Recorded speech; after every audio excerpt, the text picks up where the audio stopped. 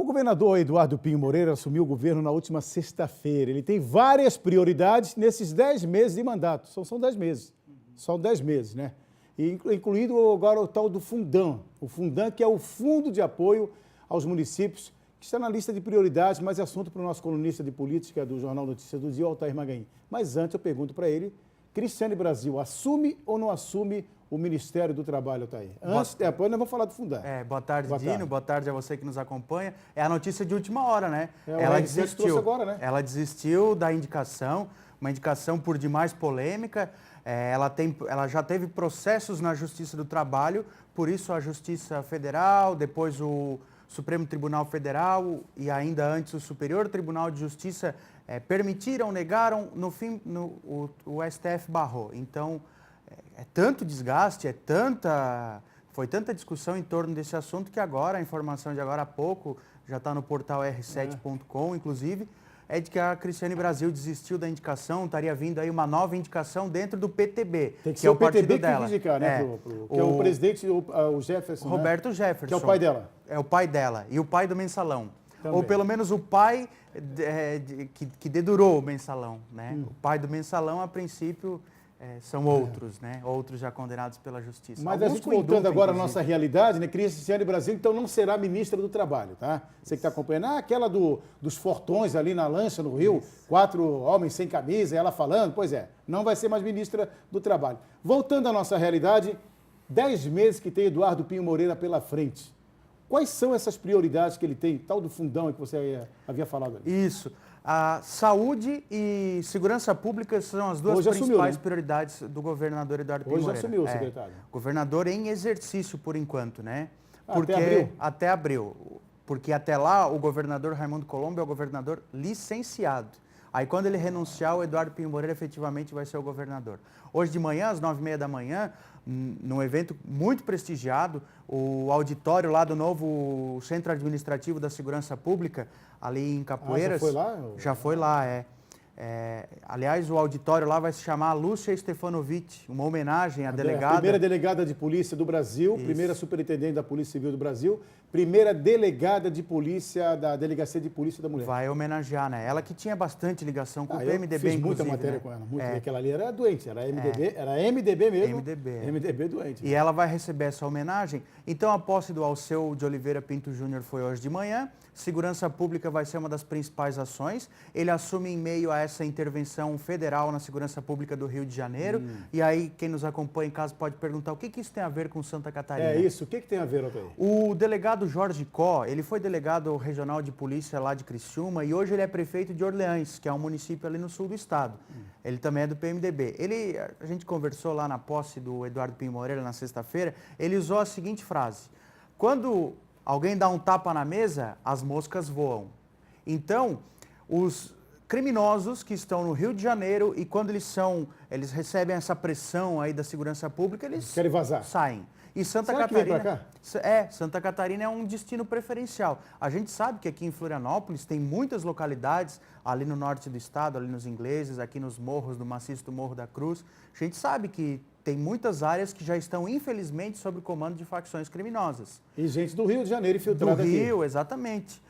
Que executam ordens por aqui. E isso respinga nos presídios. Então, o que o Alceu diz? Que é preciso fazer com que Santa Catarina seja desinteressante para esses criminosos, para esses bandidos. Fazer com que o Estado possa reprimir essas facções criminosas, essas organizações. Como aconteceu com a divisa do Espírito Santo e Minas Gerais, né? Até porque é o seguinte, as duas maiores cidades aqui do Estado, pela ordem de população, Joinville e Florianópolis são as prioridades. São as cidades com os maiores índices de homicídios, por consequência, furtos, roubos, assaltos, né? Então, essas duas cidades são as prioridades da segurança pública. As ações, como tu disseste antes, é um governo muito curto, 10 meses e meio, 10 meses. Começou efetivamente ontem, na segunda-feira.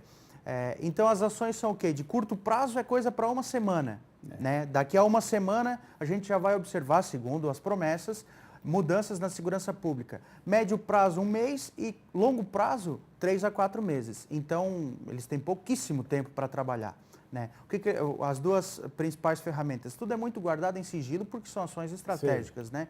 Mas enfim, é trabalhar com a tecnologia, o governo vai procurar a CAT, né? O Eduardo Moreira usa a seguinte expressão: o Vale do Silício brasileiro é aqui em Florianópolis, está na ACAT, a Associação Catarinense de Tecnologia. Então, buscar tecnologia e buscar também a área social. Vai lá na comunidade, conseguiu extrair aquele núcleo de criminosos, aquele núcleo de pessoas que está infiltrada ali na comunidade, tirou aquilo ali, entra a prefeitura com projetos de ação social para dar um suporte para aquela comunidade. Como já existe no sul do estado, né? Tem cidades do sul do estado que já tentam fazer um trabalho em comunidade, né? Eu acho que Criciúma é um exemplo disso. Né? E é fundamental, né, Dino? Porque saiu a criminalidade, entrou uma creche, entrou uma escola em tempo integral, entrou um centro de convivência, é possível que se previna a criminalidade do futuro, né? Até porque a gente pode trazer profissionais preparados e qualificados da comunidade, não marginais. Exatamente. A outra prioridade, então, além da segurança, é a saúde. O governador, em exercício, Eduardo Pinho Moreira, ele é médico cardiologista. E ele, ontem, como um gesto simbólico, ele concedeu uma entrevista aqui na RIC TV, pela manhã, logo cedinho, no SC no Ar, e depois ele já partiu para a Secretaria de Estado da Saúde. Foi um gesto simbólico para dizer o seguinte: saúde terá prioridade. A gente espera que isso não fique só no simbolismo, que vá para a prática. As pessoas que estão na porta do hospital, quando a gente comenta alguma coisa sobre a saúde, elas ficam indignadas, porque elas ouvem o governador dizer que está tudo uma beleza, mas elas sentem na pele... Na prática não está. A prática, né? Então a dívida passa de 1 bilhão, R$1 bilhão a dívida da saúde, e o governador vai buscar dinheiro, vai buscar recursos para isso. Na entrevista que ele concedeu aqui na RIC, ele deixou uma frase que a gente foi atrás e conseguiu pegar o fio da meada sobre o Fundan, que é o Fundo de Apoio aos Municípios. Está sendo discutida a segunda edição, que é a liberação de dinheiro, algo em torno de 630 milhões de reais para as prefeituras. Os prefeitos não vê a hora de ter esse recurso no cofre, porque os municípios também estão com as finanças em frangalho. Mas parece que não é uma prioridade do Eduardo Pinho Moreira. Era uma prioridade absoluta. Mas isso é verba destinada a municípios. Para os municípios. É um dinheiro. O Estado hoje ele tem 735 milhões de reais já como um crédito, como um dinheiro pré-aprovado. Né? Não tem quando a gente recebe lá do banco, o senhor tem X mil de financiamento pré-aprovado. O BNDES destinou mais de 700 milhões para Santa Catarina, já está lá pré-aprovado. O governador Raimundo Colombo tinha como prioridade absoluta usar esse dinheiro, ou parte dele, não todo, mas parte dele, para o Fundan 2. Tomar esse empréstimo e, a partir daí, repassar para os municípios que apresentariam projetos. Né? Mas isso parece que não é uma prioridade. Só recebe verba para o município que tem projeto pronto. Isso, exatamente. São 297 municípios que vão receber, não. O município que tem projeto e é prioritário, né, é importante e tem tudo avalizado, aí sim, né? Isso, exatamente. Olha, eu quero pavimentar essa rua aqui com o dinheiro do Fundan. Muito bem, apresenta um projeto, a gente vai estudar e vai liberar ou não esse dinheiro. Então, para o Eduardo Pinho Moreira não é uma prioridade. Ele disse que não vai deixar de tocar o trâmite. Né? Hoje o que acontece? O governo está formulando lá um documento que se chama Carta Consulta, que detalha tudo certinho como é que é o Fundan. Ele não vai deixar de apresentar esse documento. Mas também, o que se ouve nos bastidores é que ele não vai fazer força, de repente, para que isso vá à frente. Não vai fazer tanta força quanto o Raimundo Colombo e o Nelson Serpa, o antigo secretário da Casa Civil, faziam para que esse programa fosse à frente. A questão de marca, uma questão de o que o meu governo pretende deixar. O Colombo entendia que era um projeto importante e queria tocar à frente. O Eduardo Moreira, de repente, já... Inclusive, tem outra destinação para esse dinheiro. Aqui na Grande Florianópolis, por exemplo, ele pretende usar parte da verba para terminar a revitalização da Ponte Hercílio Luz, para começar a revitalização das pontes Colombo Salles e Pedro Ivo, também para...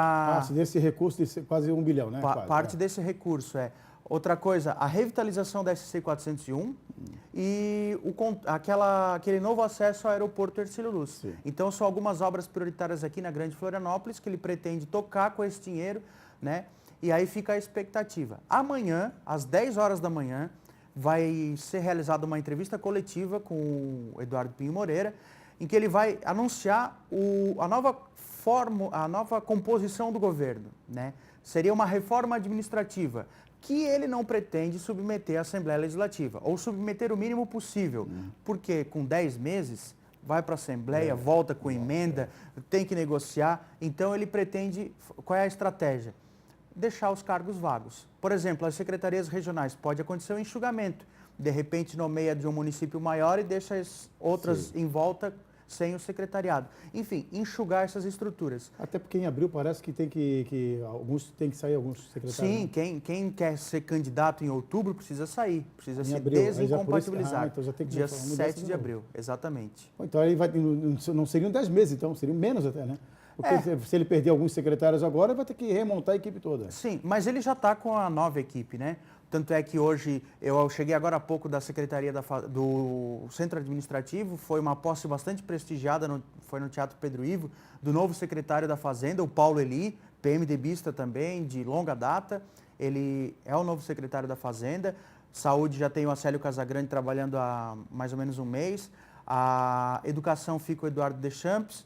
Conversei com o Murilo Flores, ele deve ser candidato a deputado federal, o Murilo é secretário de Planejamento, ele pretende ficar no máximo até 7 de abril, né? Teria que sair. Sim. Então, enfim, o Eduardo Pinho Moreira, apesar de governador em exercício, ele já, com o seu novo secretariado, toca o governo como se fosse o governador efetivo, o que ele será a partir do dia 7 de abril, salvo alguma mudança, né? Vamos aguardar. Não pode se descartar, de repente, Colombo Amanhã, joga então, tudo amanhã de pro manhã, alto né? e... 10 da manhã? 10 horas da manhã, no Centro Administrativo, a gente vai saber detalhes sobre essa nova Então, à tarde, você composição. participa aqui do BZ News. Estaremos Combinado, então? aqui, com certeza. Fechado, então. Te Obrigado. aguardo amanhã à tarde com as novidades, tá Estaremos bom? aqui, obrigado. Obrigado, Otair, que é o colunista de política do Jornal Notícias do Dia.